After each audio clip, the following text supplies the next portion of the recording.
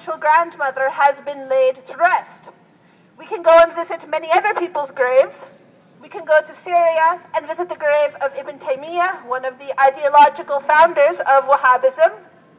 We can go to Uzbekistan and visit the grave of Bukhari, one of the most famous Sunni compilers of hadith. We can visit his mosque and his mausoleum.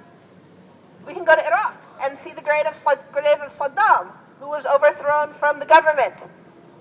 But there's nowhere we can take the sons and daughters of our ummah to see where our spiritual grandmother, Hazrat Khadija, the most beloved wife of the Holy Prophet ﷺ, has been laid to rest. And this is because this is one of the many places that the Wahhabi ideologues have destroyed in this century. But let's leave aside one of the four most perfect women of the world, and instead let's speak about the most perfect woman of the world, Hazrat Fatima Zahra, peace be upon her.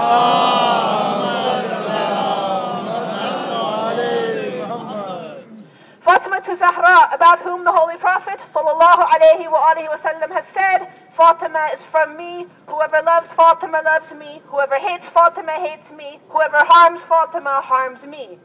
And I challenge you to find a single Muslim alive today who does not respect Hazrat Fatima Zahra, peace be upon her.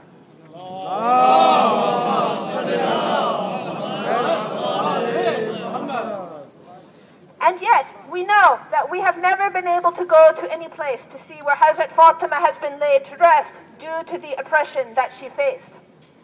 However, before the Wahhabi onslaught, there were other places that we could go to remember more about her very short and very tragic life. We could have gone to the mosque of Hazrat Fatima Zahra. We could have gone to Bayt al-Ahzan, the house of sorrows, which was built specifically for her to mourn the death of her holy father in. That is to say, we could have gone to these places until the Wahhabis made them inaccessible or destroyed them. And now we have to ask why. Because we know the Wahhabis consider it bid'ah and shirk and haram for us to visit graves. But these are not graves. What is bid'ah and shirk about a house? Why is there this fear of our history? Are some people afraid that if our history is known, then the truth will come out?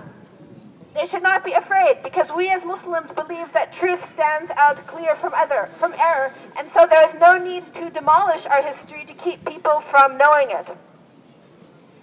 And although, unfortunately today, when the Hijaz go to perform the Hajj, instead of seeing the gravesite of Hazrat Khadija, peace be upon her, instead of seeing the Bayt al-Ahzan, they see the latest fast food restaurant and chain store.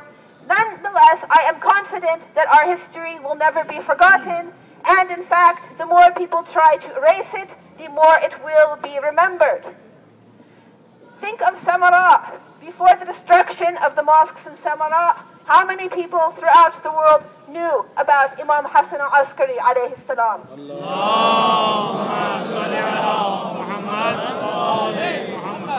How many of us even, let's be honest, how many of us made it a priority in our lives to go and visit there? But now, the mosques have been rebuilt and Samarra is on the map. They plan, and Allah is the best of planners. Allahu Akbar! Allahu Akbar! Allahu Akbar! Ya Rasulullah! Ya Ali! And as Hazrat Zainab, peace be upon her, said in the court of Yazid, they will never be able to erase the remembrance of Ahlul Bayt, and they will never be able to erase the truth of the message that they brought. Subhanallah. So I say here today, and I'm sure all of you will agree with me, that despite these efforts to destroy our history and to destroy remembrance of Ahlul Bayt, alayhimus salam, their remembrance will never be forgotten. And yes, when these sites are destroyed, it is an archaeological loss. We lose the ability to learn from the past. It is a sign of disrespect and irreverence towards Allah. It is a sign of disrespect to the Holy Prophet sallallahu alayhi wa sallam.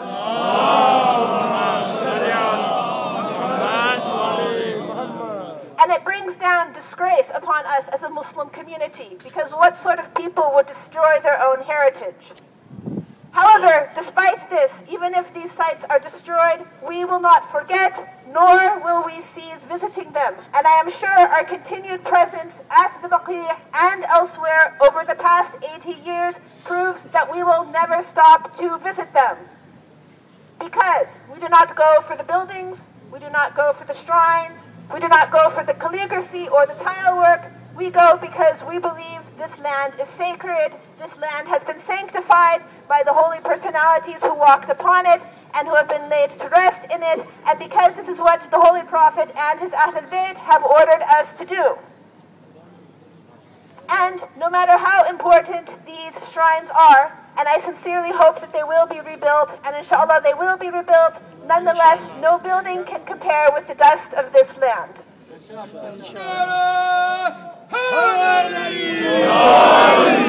Free, free, al-Baqi, free, free, al-Baqi, free, free, al-Baqi, free, free, al-Baqi, free, free, al-Baqi, free, free, al-Baqi, free, free, al-Baqi. Rise Zahur Imam Zamana alayhi salam for Muslim Dar Salaam. Labbaik ya Hussein. Labbaik ya Hussein. Labbaik ya Hussein. Labbaik ya Hussein. Labbaik ya Hussein. Labbaik ya Hussein. And so, inshallah, this will be the last year that we have to stand here, and that there will be an immediate end to the demolition of our sacred history and an end to this irreverence. And inshallah, in this coming year, these sites will begin to be rebuilt. So inshallah, we ask Allah subhanahu wa ta'ala that this happens. We ask Allah, inshallah, that there is an end to the killing of our Shi'i Muslim brothers and sisters. Walhamdulillahi Rabbil Alameen. Wa sallallahu ala Sayyidina Muhammad wa ala ahli baytihi at-tayyibin at-tahirin. Allahumma salli ala Muhammad wa ali Muhammad. Nara takbir. Allahu Akbar. Nara risalah. Ya Rasulullah.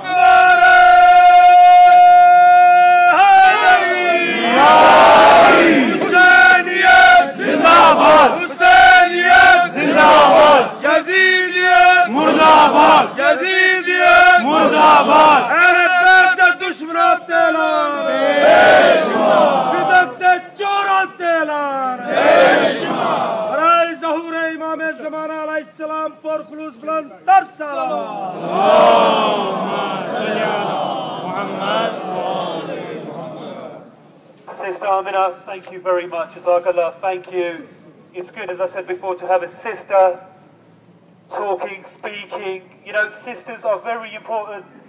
I'm not going to name no names, but if you see the most of these banners and placards you guys are holding, the Jannatul Baqi ones, the Islam ones, our prophets, our Islam, our Baqi ones, these were made by sisters over the last week who worked constantly for constant hours, wasted their precious time, dropped everything and done this. You know, and I've got nothing but respect for our sisters who've taken time out and who did this. And I can mention name now, but I'm not going to mention names. I'm just going to say thank you from all of us. Because if it wasn't for all sisters from the East London Jamaat, I know sisters who helped us from Birmingham, from East London, I said Watford. Sisters from Watford. We have sisters from Bradford here tonight who are helping us, volunteers. If it wasn't for you sisters, this wouldn't happen. We always forget our sisters.